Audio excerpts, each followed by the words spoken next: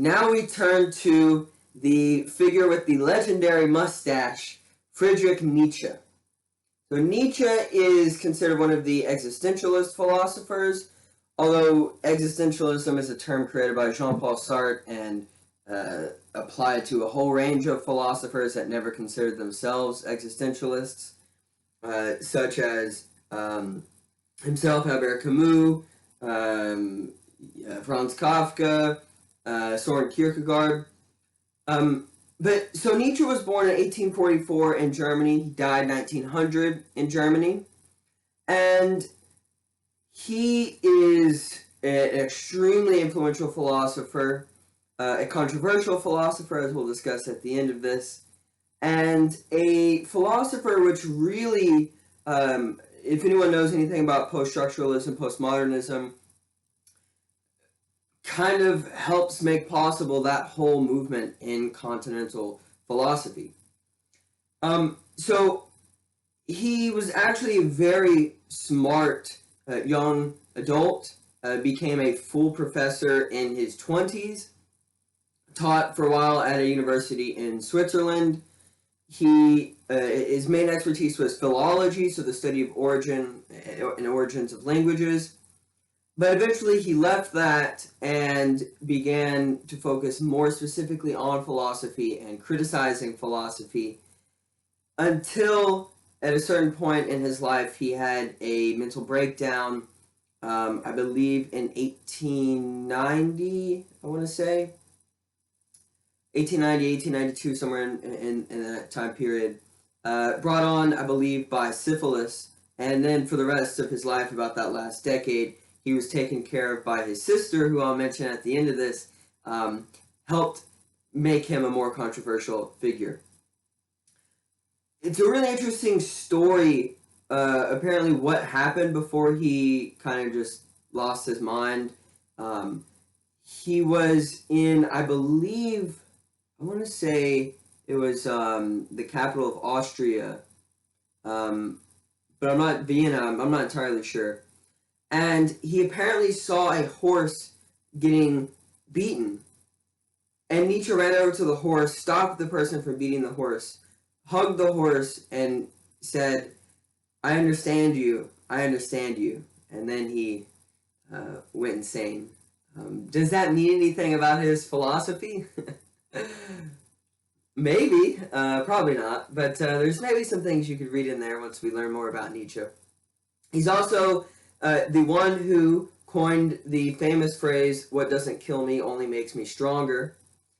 So let's get into Nietzsche and see why it is that he coined this phrase. So we're focusing, of course, on his text on the Genealogy of Morals, published in 1887. This was, of course, one of his later texts, and it's kind of a more mature, I wouldn't quite say summary, but a more mature account of his philosophical views. And as such, in the preface, like, he references other works like Human All Too Human and Beyond Good and Evil as ways to see, maybe in more particular cases, the development of his thought.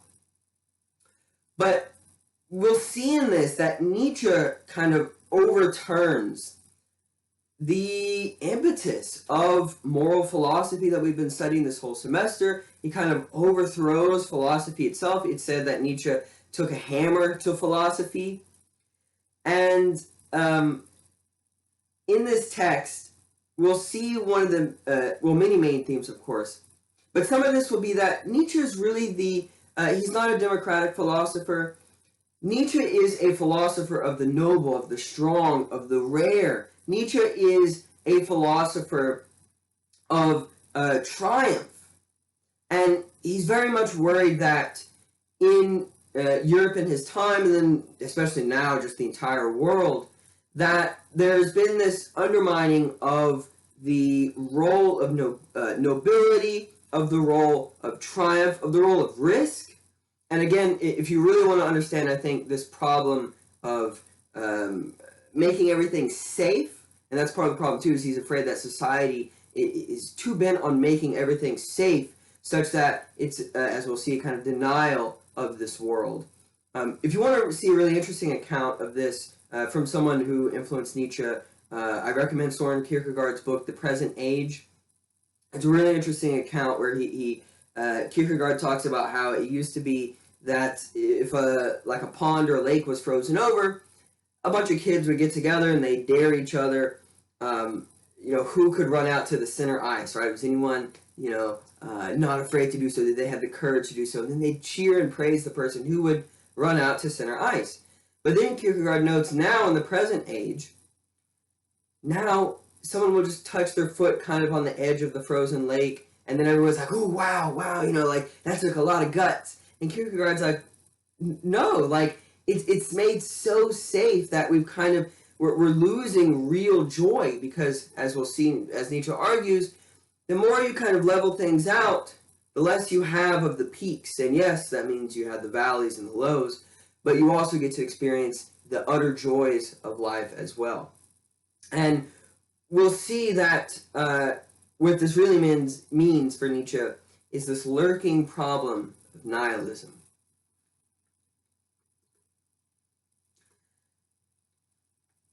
So, what are the origins of our morals? Where did our moral prejudices come from? Where did what we take to be, of course, of value, what we say is valuable, what we take to be good, what we take to be bad, where do these prejudices come from? Nietzsche begins by somewhat recounting, summarizing the popular argument put forward by English psychologists. Specifically, he references Paul Reed. And he says, according to the English psychologists, their answer is that originally one performed an unegoistic action, and this was praised because it was useful. It had utility. Eventually, one forgot how this approval originated, because unegoistic actions were just always habitually appreciated. So we have then in Nietzsche's time, and of course utilitarianism in the Anglo-Saxon world is very much on the rise, right? Mill is writing during this time. And Nietzsche thinks there's something so naive about this kind of an argument that the English psychologists put forward, that all they basically did was look around and they said, how do people act now? What do they think popularly is good and what is bad? Okay, well, that must be what our morality is, and then therefore the origin of it must be something that proved what is in the present. For Nietzsche, that kind of an argument is entirely ahistorical. Now, it supposedly isn't a historical account because it says, well, back in time, some people went and they performed a certain action, and then, there's this kind of unfolding of history that occurs. But really, it's ahistorical. That Nietzsche says that what they've done is smuggle in values like utility to describe why something which is currently considered good, namely performing an unegoistic action, by stating that it was immediately recognized to have utility, which is another value already, that all they do is kind of equivocate utility, good, so therefore one recognized good, and therefore they saw it was good. What kind of an argument is that? So for Nietzsche, this is not just anything that is a problem with the English psychologists and the English philosophers. It's a problem of philosophy, first and foremost. This ahistoricity, where basically you seek out these transcendental values, and then you say their origin basically is that, well, they always already have been such, but then we just one day discovered that it always has been such. So really, Nietzsche says that's not an origin at all.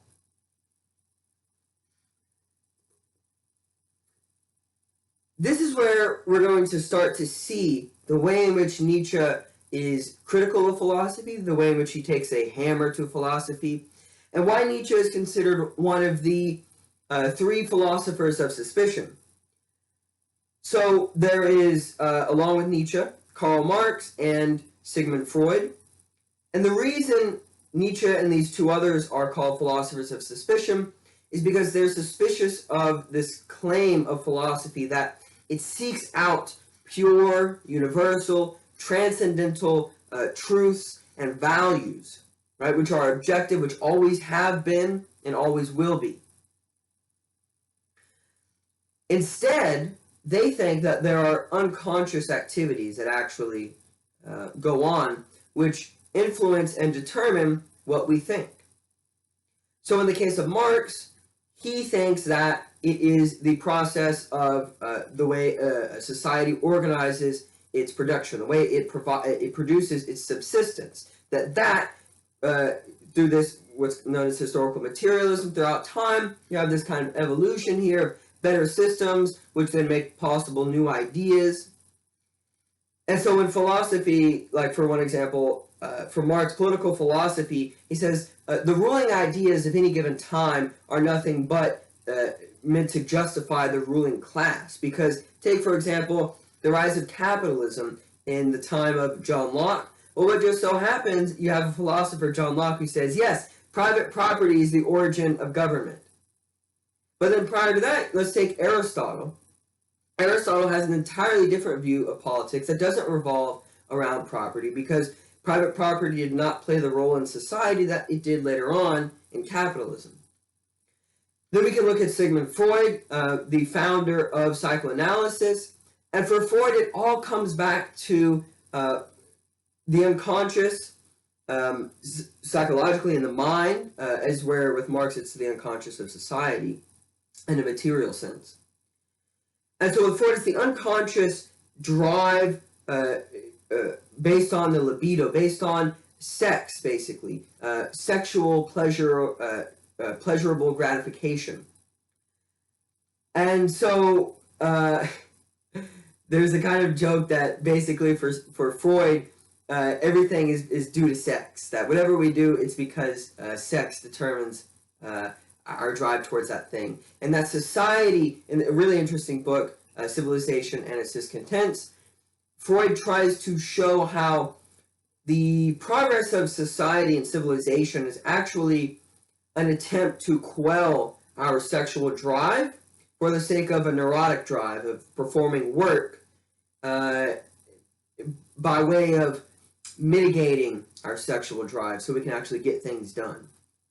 So really interesting stuff. But so hopefully you're seeing in this theme that philosophers don't really arrive at necessary truths because they have used reason and then it just was self-evident that these were true.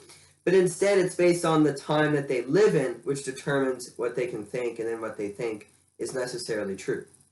And we see this with Nietzsche especially in the case of morality. And for Nietzsche, if with Marx it is material circumstances, if with Sigmund Freud it's the libido and sex drive, with Nietzsche it's a will to power, a will to power to domination over truth values, a political battle over truth values. And this, of course, again takes place unconsciously. And so we see Nietzsche explain this in the preface here with some quotes, like he says, "We are necessarily strangers to ourselves. We do not comprehend ourselves. We have to misunderstand ourselves." And we have to misunderstand ourselves because for Nietzsche, if we truly knew the history of everything, how everything originated, all of our ideas, we would never put forward some categorical imperative, like in the case of Kant, and say, pure reason says this obviously is what we ought to do, what is truly the good. Because for Nietzsche, as we'll see, that's nothing more than just a re-articulation of an already dominant Christian morality. Again, Nietzsche says, "We have no right to isolated acts of any kind. We may not make isolated errors and hit upon isolated truths." That because what we desire, what we value, what we say is good, and ultimately for Nietzsche, the good. So this is for Nietzsche too, where philosophers will think that they can separate ontology or being, questions of being, metaphysics, from epistemology, questions of truth and knowledge, whether, in what ways we come to know things, can we know things, questions of ethics, so values, what is good, what is bad, what we ought to do. That for Nietzsche, these actually are all the same thing. That whatever we think is true is also good and is also what is. And so Nietzsche doesn't really speak of truth, he speaks of truth values. These truth values, then, are a result of a historical unfolding throughout time. And then he says, fortunately, I learned early to separate the theological prejudice from moral prejudice and cease to look for the origin of evil behind the world.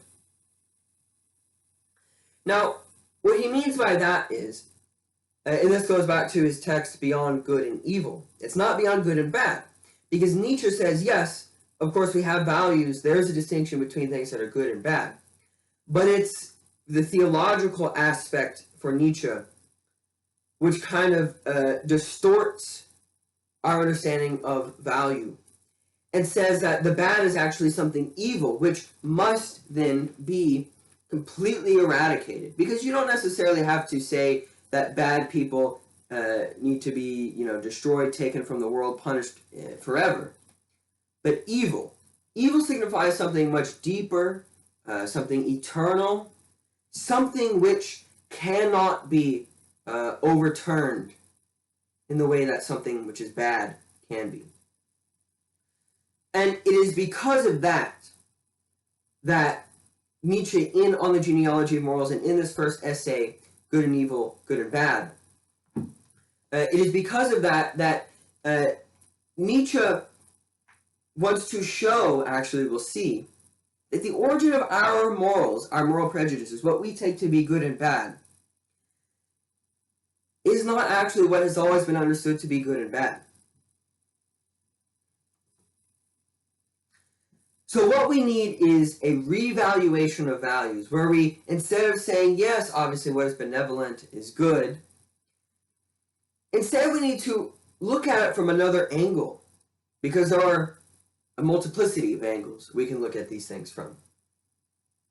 Nietzsche says, one has taken the value of these values as given, as factual, as beyond all question. One has hitherto never doubted or hesitated in the slightest degree in supposing the good man to be of greater value than the evil man, of greater value in the sense of furthering the advancement and prosperity of man in general, future man included. But what if the reverse were true? What if a symptom of regression were inherent in the good? Like what, and he doesn't mean the good in terms of like eternal, what necessarily is always the good, but what we take to be good. Likewise, a danger, a seduction, a poison, a narcotic through which the present was possibly living at the expense of the future. Perhaps more comfortably, less dangerously, but at the same time in a meaner style, more basely. So that precisely morality would be to blame if the highest power and splendor actually possible to the type man was never in fact attained. So that precisely morality was the danger of dangers. Now, that seems outlandish.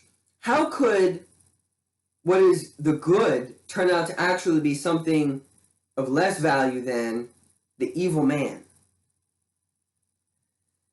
How could morality be the danger of dangers? Now, what Nietzsche doesn't mean is like morality as something eternal, always what morality is, but a kind of morality, a type of morality, the morality that is prevalent now. And why could it be the danger of all dangers?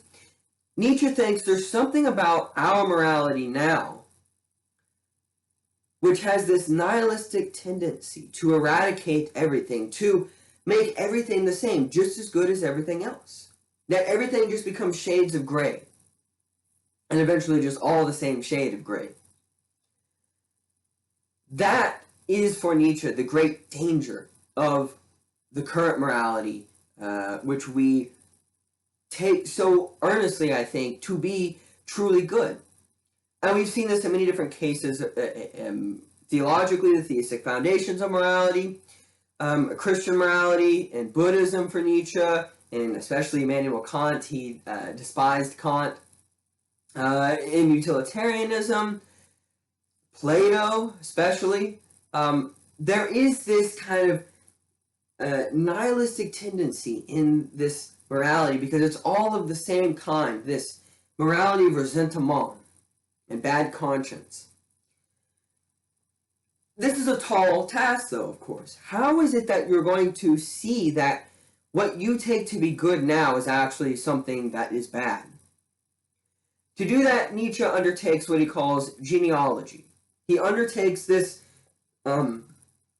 historical effort to show you, the readers, the ways in which there is actually moralities in the plural. That there is not just morality. There are different moralities. And the one that is dominant now, which we take for granted, which we have normalized, is one that actually used to be subservient to another morality. Now, how he does this, right, is called genealogy, and he says, my desire, at any rate, was to point out to so sharp and disinterested an eye, as Ree, that English psychologist, a better direction in which to look, right? In that question, what is the origin of our moral prejudices? So Nietzsche wants to point out a better way of going about answering that question. In the direction of an actual history of morality, he says, and to warn him against gazing around haphazardly in the blue after the English fashion. For it must be obvious which color is 100 times more vital for a genealogist of morals than blue, namely gray. That is, what is documented, what can actually be confirmed and has actually existed. In short, the entire long hieroglyphic record, so hard to decipher, of the moral past of mankind. So instead of looking around haphazardly in the blue, as Nietzsche says that the English psychologist did, and he says blue because basically the English psychologist said, well, what is good is what is useful because that's what they have normalized. Because, I mean, think back to just Aristotle, in the time of the Greeks, what was useful was not understood to be what is good. But the English psychologists say, well, of course, we've figured out transcendentally this truth that what is useful is what is good. So, Nietzsche says, what they do is they actually look at the past looking for the blue, looking for already what is useful, right? So they've already kind of predetermined what is the origin then of morality. Instead, Nietzsche says, you need to look at the gray. You need not to moralize. When you do genealogy and you want to know the origin of morals, you cannot look at the origin of morals already believing, taking into account your current morality, because then you distort the actual historical record. So instead, Nietzsche then wants to look in a, not necessarily, it is more disinterested, we could say, but it's not entirely disinterested. And I think if you really want to understand genealogy, I think the best philosopher of genealogy is one of my favorite philosophers, Michel Foucault. And if you're really interested, check out his book, Discipline and Punish, The Birth of the Prison. Because Foucault uses genealogy, he's very much influenced by Nietzsche. And in that book in particular, besides just the fact that it's just so well written, Foucault goes and tries to show, like, well, the prison, was supposedly invented because it was more humane. But Foucault actually goes back and shows, no, actually, the origins is not anything having to do with humane. It has to do with power. The prison was just a better way of getting people to conform to power structures. But I want to read a quote here from Foucault to help better understand Nietzsche's genealogy.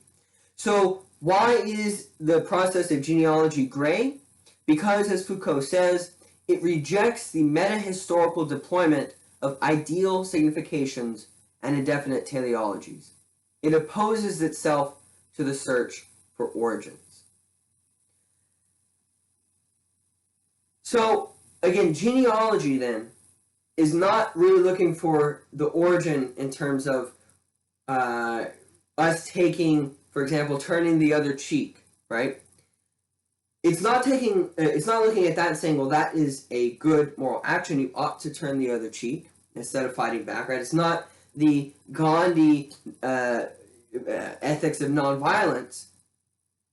Instead, you don't take any of those things to be given. You don't take anything to be necessarily, universally, transcendentally, so across all times and places, true, so truly good. Instead, you actually look at what were the processes in an evolutionary way, and in this sense, Nietzsche and the other philosophers of suspicion were influenced by Darwin. You look in this evolutionary way, how did our current morality come about? What morality was prior to that? And so we'll see that by turning then to the first essay, Good and Evil, Good and Bad.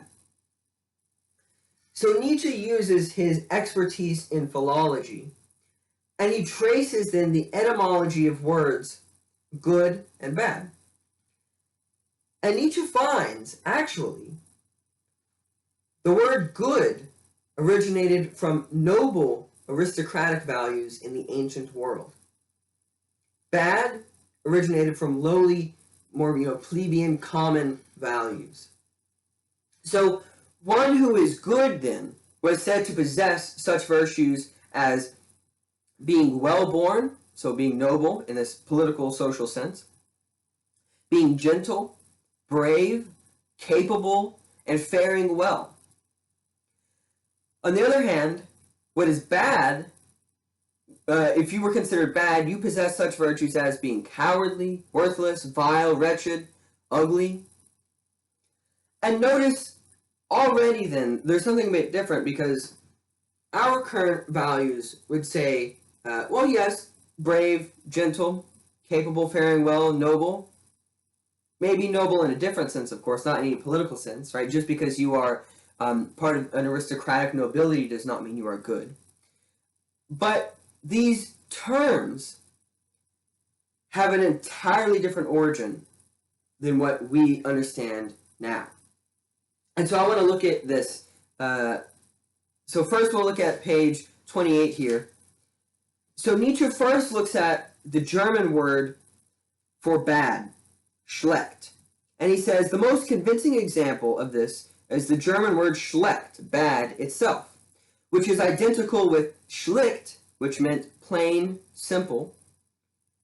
Compare schlechtweg, plainly, schlechterdings, simply, and originally designated the plain, the common man, as yet with no inculpatory implication and simply in contradistinction to the nobility. So what Nietzsche is showing there is that actually what was considered bad was nothing that was evil, had ill intent. Bad was just something which was common, which the common lowly person had. The slave, the poor person, anyone who was not part of the nobility was bad. Why? Well, they possessed these virtues such as, being cowardly, worthless, quite literally in a monetary sense, of course. So there are material origins to this as well. Vile, typically, the lowly person is considered to be more ugly, wretched, bad manners, of course. But then let's continue looking here on page 37 to 38. Nietzsche says, one should not overlook the almost benevolent nuances that the Greek nobility, for example, bestows on all the words it employs to distinguish the lower orders from itself. So that finally, almost all the words referring to the common man have remained an expression signifying unhappy, pitiable. And then here he starts to look at these Greek words, campori, delos, deilaios, paneros, mosteros. I don't really know Greek that well, so I'm going to read you the translations here. So we have the first, delos, meaning wretched, cowardly, worthless, vile, paltry, oppressed by toils, so of course having to work. If you had to work, you were immoral, bad. Not noble, of course, as the aristocratic class who would have slaves work for them. Good for nothing, worthless, knavish, base, so of no value, cowardly, suffering, hardship, knavish. So Nietzsche goes on saying, the last two of which properly designate the common man as work slave and beast of burden. And how, on the other hand, bad, low, unhappy have never ceased to sound to the Greek ear as one note with a tone color in which unhappy preponderates.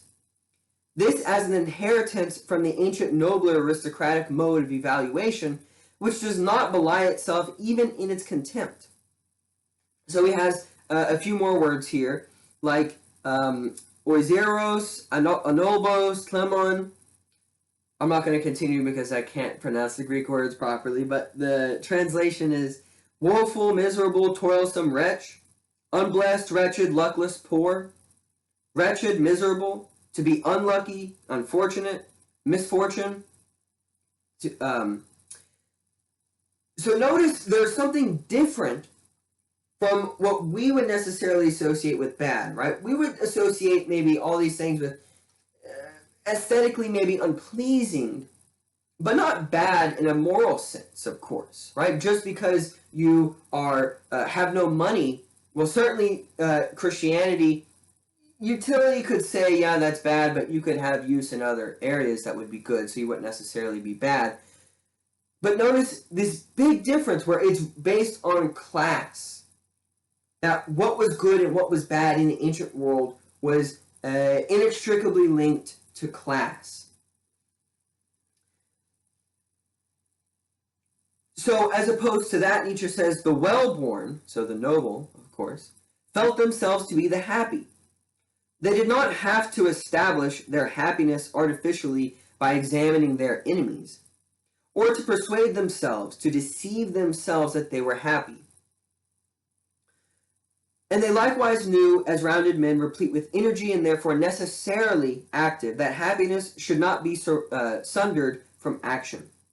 And so you have certain Greek words like, let's see, eupratein takes its origin to do well in the sense of faring well, or geneos, so highborn, noble, high-minded. This means good as well.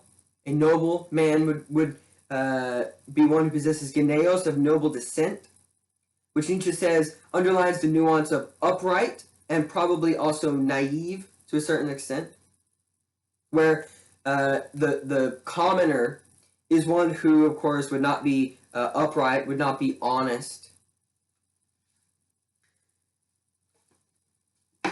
So what Nietzsche is showing here then is when we take something to be obvious as, oh, of course, turn the other cheek, donate to charities, that being something good. All these kinds of things which seek to be nicer to people, no matter what, of course, right? This is something categorical across the board, that you should not be prejudiced. Nietzsche is showing, when you actually look at the etymology of words good and bad, you find an entirely different picture where in the world, all those things which I just mentioned, which would be considered good now, would not be considered good back then. But more than that, it is not just then again that these values are something distinct from truth and reality. Nietzsche shows that the nobility designate themselves as being masters, the powerful, the possessors, the rich, and so on, right? But they also call themselves they also call themselves truthful. That they link then the fact that they are noble to not just being good, but also to those who are honest, who possess truth. Why? Because they are the ones that are supposed to possess reality. One who possesses truth of the way things actually are.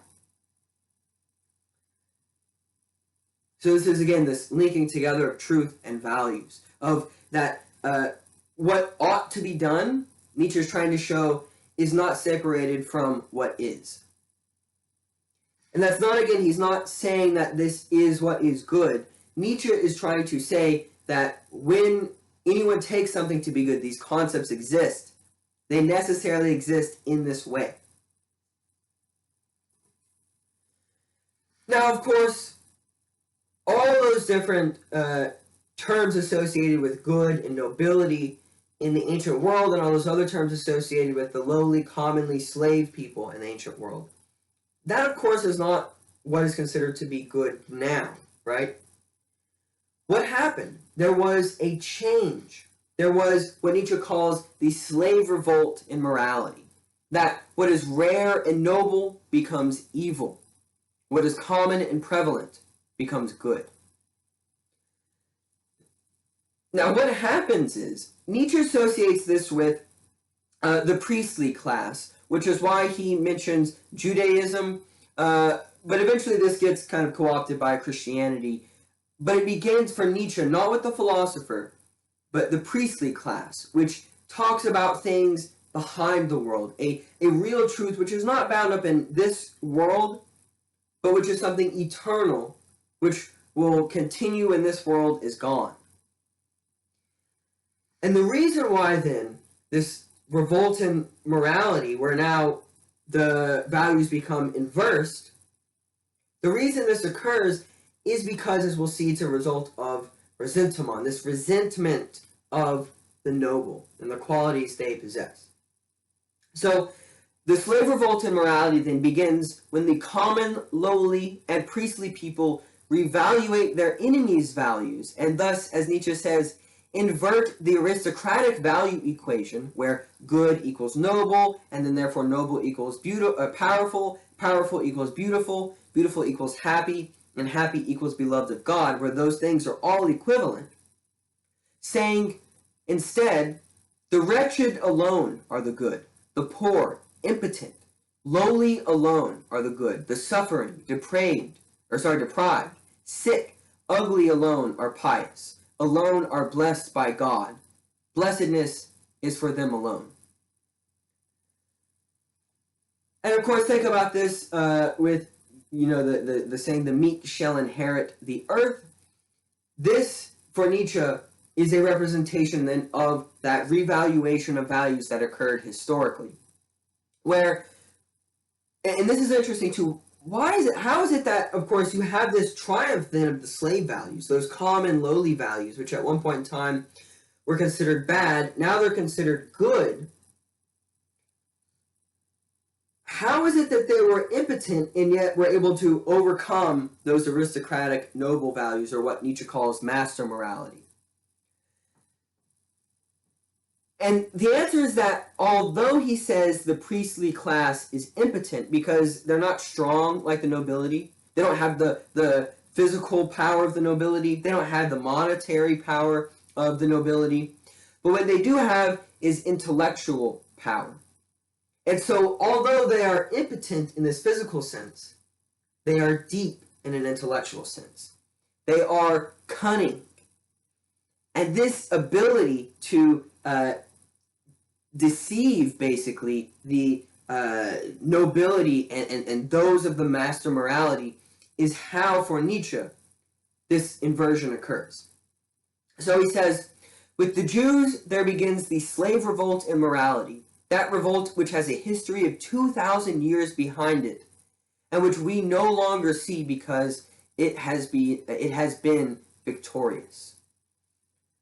So again, if we actually knew the history of this occurring, would we take it to be obvious that turn the other cheek, give to the poor, right? The downtrodden, right? These are truly good people. Would we take those things to be good if we knew the history that, well, actually, that used to not be good, there were other things that were good before that, and then maybe before that, there were a whole other kind of value system that was good? It's a lot likened to, I'm watching, I hope there's no spoiler here, but I'm watching Westworld, and one of the people talks to the, I'll try not to give things away, one of the people talks to the host and talks about how the hosts, these robots that have consciousness, how they don't forget anything. And that's something very different from humans, because the only way humans can talk about the present is by a forgetting of the past. And when we talk about the present, we take it as if it always will be. And to some extent, Buddhism, of course, talked about this, how deny the dependent reality of all things in the world and take things to then be present as they always will be. Nietzsche is actually saying something similar here, that the reason why we can take things to be transcendental values, so therefore truly good in this universal eternal sense and true, is because we are forgetful. If we were not forgetful, Nietzsche thinks, we could never speak of morality that way, and really we couldn't do philosophy, Nietzsche thinks, as well, because philosophy for Nietzsche is this attempt at finding that one thing, the one true, the one good, which is eternal. And so this slave revolt in morality and this overturning of the strong and the noble is what Nietzsche calls ressentiment, or in the English translation it's resentment, but it's known in the French as ressentiment because it takes on a specific connotation for Nietzsche. Where for the master morality, the noble embraces itself in distinction to the lowly. That master morality, which is supposed to be, the faring well, and the having worth, and the nobility, the honorable, the courageous, that it deems itself to have that, and that to be good, because it is an embracing of itself, not a denial of the poor and the common. Because Nietzsche says, those that are of the upper class, they don't need to get rid of the commoners to be good. They embrace themselves because they can look at the commoners and say, well, why do I care about you, right? I have all this and you can't hurt me. There's nothing you can do. The difference with the ressentiment of slave morality, Nietzsche says, is a rejection of the outside, of what is different, what is not itself.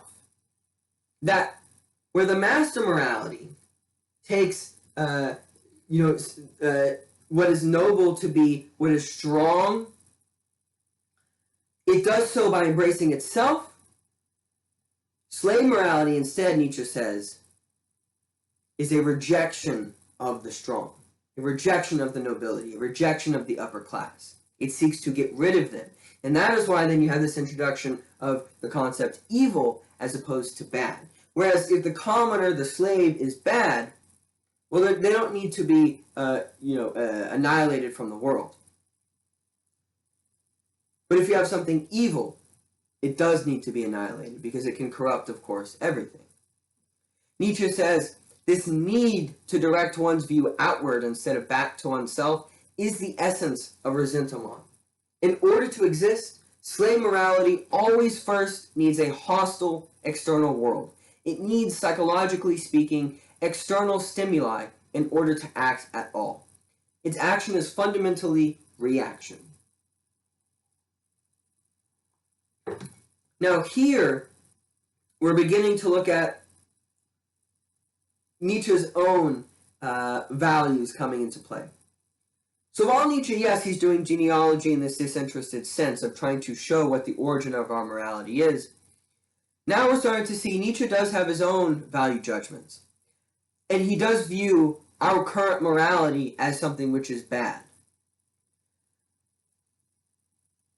The reason why, again, we'll see in the next lecture when we look at nihilism. But the reason why the slave morality is successful in this overturning of the master morality is because in this ressentiment, this resentment of those who have power, of those who have wealth, they instead, because they're cunning, because they have intellectual power, slowly start to demonstrate that they can do things which those who are strong cannot. And that slowly starts to disseminate then throughout society, because once all the commoners start to embrace this morality and say, no, you are truly wicked, you rich people, that then it becomes too much and the master morality can no longer survive. And eventually, the slave morality, of course, wins out.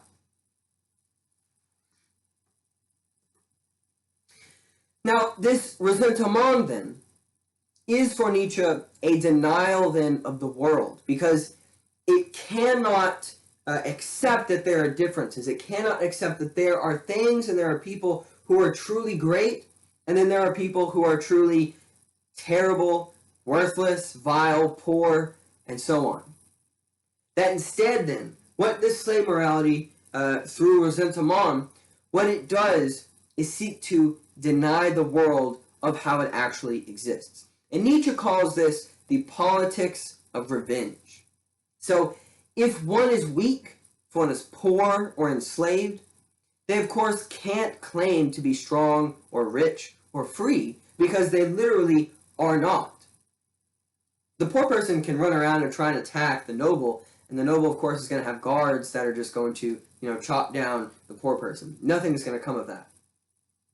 So the poor can't claim to be good when they simply don't have the qualities that ancient society understood to be good. So how then do the slave, the lowly, the commoners preserve themselves? How do they ensure survival? And this is where we see then the will to power of Nietzsche. How do they do this? They have to deny this world then for that other world. They have to deny that the values which exist according to that ancient world are true, and instead say, no, the meek shall inherit the earth. In the end, we will see justice, which will truly right all the wrongs. Now, what is this, of course? It is said that, and because, again, Nietzsche is attacking Christianity here, and Christianity is supposed to be a religion of love. Nietzsche says, in faith of what? In love of what? In hope of what? These weak people, someday or other, they too intend to be the strong. There is no doubt of that. That someday their kingdom too shall come. So what Nietzsche says is, when the lowly commoners embrace Christianity, because of course it is saying, yes, this world sucks. You suffer in this world. But don't worry, in the end, things will be made right. There will be justice. Nietzsche says, this really isn't having to do with love. It has to do with hate, with that ressentiment of how things actually are, with that resentment, that hatred of difference and what is truly great. So how does this actually happen? How does this politics of revenge occur? Nietzsche has this kind of hyperbolic explanation here. And this is part of why he's so fun to read, his aphoristic style and his kind of wittiness and jokes. But, so it's a little bit of a long quote, but I think it's worth reading. So this is section 14. I'm basically going to read all of it, pages 46 to 48. So Nietzsche says, would anyone like to take a look into the secret of how ideals are made on earth? And so again, ideals, those transcendental signifiers, those things which we're supposed to strive for, which exist eternally. Who has the courage? Very well, here is a point we can see through into this dark workshop. But wait a moment or two, Mr. Rash and Curious. Your eyes must first get used to this false iridescent light. All right, now speak. What is going on down there? Say what you see. Man of the most perilous kind of inquisitiveness, now I am the one who is listening. I see nothing, but I hear more. There's a soft, wary, malignant muttering and whispering coming from all the corners and nooks. It seems to me one is lying. A saccharine sweetness clings to every sound. Weakness is being lied into something meritorious, no doubt of it. So it is just as you said. Nietzsche says, go on. An impotence which does not requite into goodness of heart, anxious lowliness into humility, subjection to those one hates into obedience. That is, to one of whom they say he commands this subjection, they call him God. The inoffensiveness of the weak man, even the cowardice of which he has so much, his lingering at the door, his being ineluctably compelled to wait, here acquire flattering names such as patience, and are even called virtue itself. His inability for revenge is called unwillingness to revenge, perhaps even forgiveness. Because remember, they can't actually have revenge because they're not the ones who have power. So instead they call it forgiveness. So this is, Nietzsche is describing how this slave revolt and morality occurred, how this revaluation of values occurred.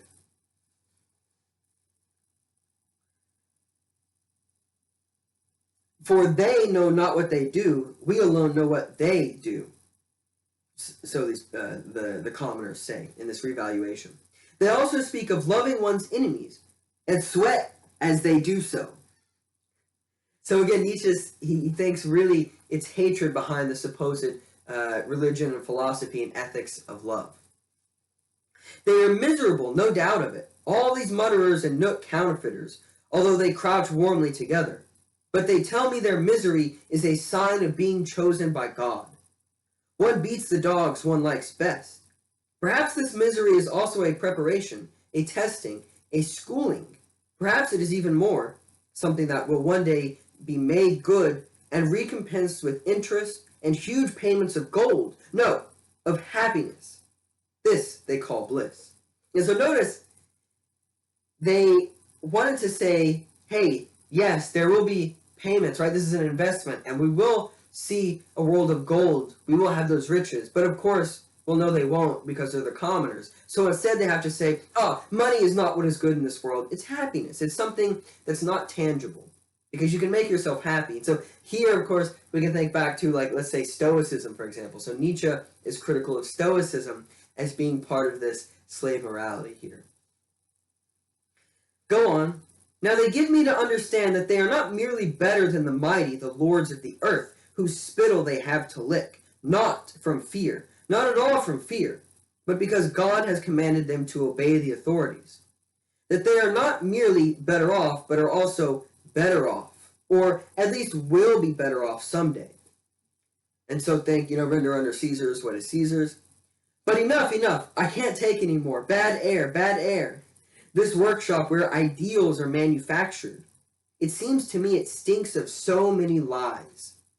No, wait a moment. You have said nothing yet of the masterpiece of these black magicians who make whiteness, milk, and innocence of every blackness. Haven't you noticed their perfection of refinement, their boldest, subtlest, most ingenious, most mendacious artistic stroke? Attend to them, these cellar rodents full of vengefulness and hatred. What have they made of revenge and hatred? Have you heard these words uttered? If you trusted simply to their words, would you suspect you were among men of ressentiment? So would you, just based on what they're saying, see that actually there's this resentment and hatred? Or instead, you actually have to look at behind them the unconscious of what's happening. I understand. I'll open my ears again. Oh, oh, oh, and close my nose. Now I can really hear what they have been saying all along. We good men, we are the just. What they desire they call not retaliation, but the triumph of justice. What they hate is not their enemy. No, they hate injustice. They hate godlessness.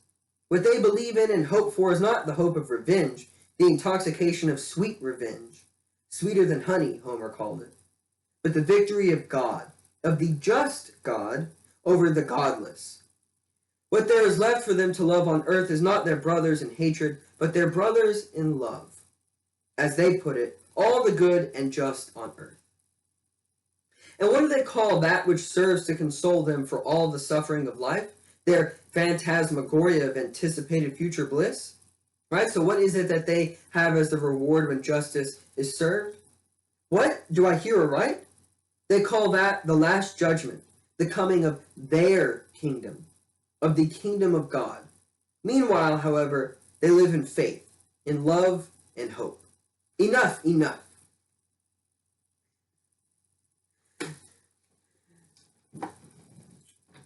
So what Nietzsche is trying to show there is that, while yes, of course, the philosophy of this slave morality, of this politics of revenge, which of course they wouldn't say is revenge, that yes, it speaks of love, and it speaks of this impartial justice and not being prejudiced. But instead, Nietzsche says there is actually in the unconscious of this slave morality, in this slave revolt then immorality, there is this hatred, this denial of the other. There is actually a wishing to eradicate all which is noble in the ancient aristocratic sense. And in that way then, there is the denial of the world, and worse than that, as we'll see in the next video lecture, it is a move to nihilism, to the destruction even of themselves. So, returning back then to the original question, what is the origin of our morals? Well, of course, we've seen Nietzsche's answer here. But why, again, we see here, the English psychologist's hypothesis is wrong. The English psychologist again said, well, of course, what is useful is what is good. So therefore, someone once upon a time saw something, some action that was performed that was useful, so they said, oh, of course, this is good. And we saw Nietzsche say, well, they've kind of smuggled in values already and just equivocated because they're saying since what is useful is what is good, then we could just retranslate the English hypothesis, and it could say, someone saw something that was good, and so they understood it was good. Right? That's kind of begging the question. It's circular. Instead, we see, of course, now after seeing the genealogy of morals here, Nietzsche says, we see that with the value of utility, that unegoistic actions are not useful for the master morality. That while we might say now, according to how utility is defined, yes, utility is good according to our morals. But according to an earlier morals, the English hypothesis wouldn't have made any sense because what is understood to be useful? Well, what is useful back then would have been to what benefited the wealthy, the nobility, the aristocracy. And that, of course, is not the answer the English gave because it's supposed to be, according to utilitarianism, what benefits the majority of people, which is not at all the master morality. It's a minimum number of people. So the herd instinct of that ancient society would not have praised such an action as good. They wouldn't have praised unegoistic actions as good. The common slave values, though, would praise unegoistic actions because it would be useful for their values and their, of course, very livelihood. So we see then the problem of trying to think about just philosophically sitting in this armchair as I am, Nietzsche tries to show. We see the problem of trying to think of the origin of things, where all we actually end up doing is fabricating a story which is ahistorical, because it just says, well, what is good always has been good. And Nietzsche tried to show, no. There's a process that occurs throughout history. There's a conflict that is always, and it's still now, to this day, this conflict of truth values is still occurring. So, again, just some main points to take away here. Nietzsche is a philosopher of suspicion, right? He's suspicious of this idea that philosophy can really come to know these transcendent, eternal, universal truths and values. He's suspicious of the philosophers of Plato, Stoicism, Kant, the Christian philosophers, and so on, of Gandhi, the theories of justice. He has argued that there was a previous morality which was this master morality which was dominant, so what benefited them was deemed to be good. And that there was later on this revaluation of values where there was the slave revolt and morality, and so basically what best worked for the commoners ended up being determined what was good at the expense of what worked for the upper class.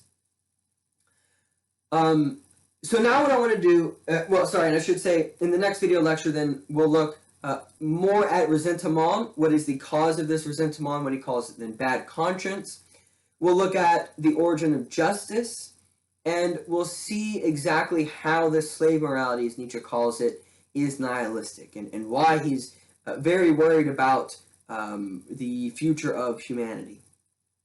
But what I want to do, though, is end on just discussing some of the controversies around Nietzsche. You probably saw some things in the reading and so they do have to be dealt with. So first, I do want to mention the term blonde beast. When he uses blonde beast, he is not meaning like the Aryan, German, or European or white as being like, racially superior or anything like that. That has to do with, in his book, Thus Spoke Zarathustra, this three metamorphoses that he talks about occurs where you have the camel, the lion, and the child. And the lion represents this kind of self-mastery. And so Nietzsche, in being more partial to the master morality, he sees the lion as, this metaphor, the literal, lion, as a metaphor then for self-mastery and noble values of being strong and independent and free. So when he uses that term blonde beast, then he doesn't mean it in this racial sense.